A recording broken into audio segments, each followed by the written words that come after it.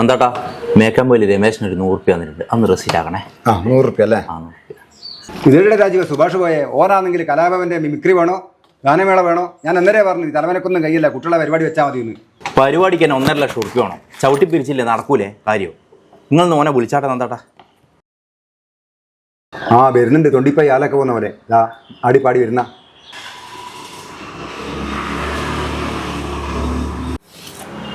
എല്ലാ സുഭാഷ ഇത് എപ്പാന്ന് വരുന്നത്? സെക്രട്ടറി ആവൂല, ഒരു ഉത്തരവാദിത്ത ബോധമില്ലാത്ത സെക്രട്ടറി. ഇന്ന് ഏത് ഭാഗത്തൊക്കെ പോകുന്നത്?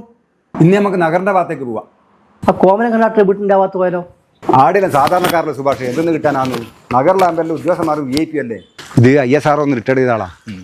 ആ കാണുന്ന ബിൽഡിങ്ങിലെ ആളത് പൂത്ത പൈസ ഉണ്ട്. 2000 മുറിക്കണേ. അതിന് ഞാൻ ആയിക്കോളൂ.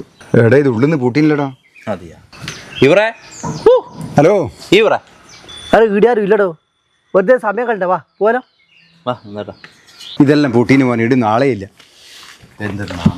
എന്നാലും കൊണ്ടേ കളിയണ്ടി വലിയ 2 നില വീടും ഒരു ഗേറ്റ് അങ്ങ് തുറന്നിട്ടില്ല.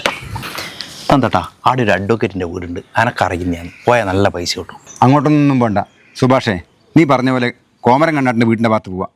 അതന്നെയല്ലേ 2000 3000 കിട്ടിയിട്ടെങ്കിലും 100 200 മര്യാദ കിട്ടും. തള്ളി പോകാം നമ്മൾ തള്ളും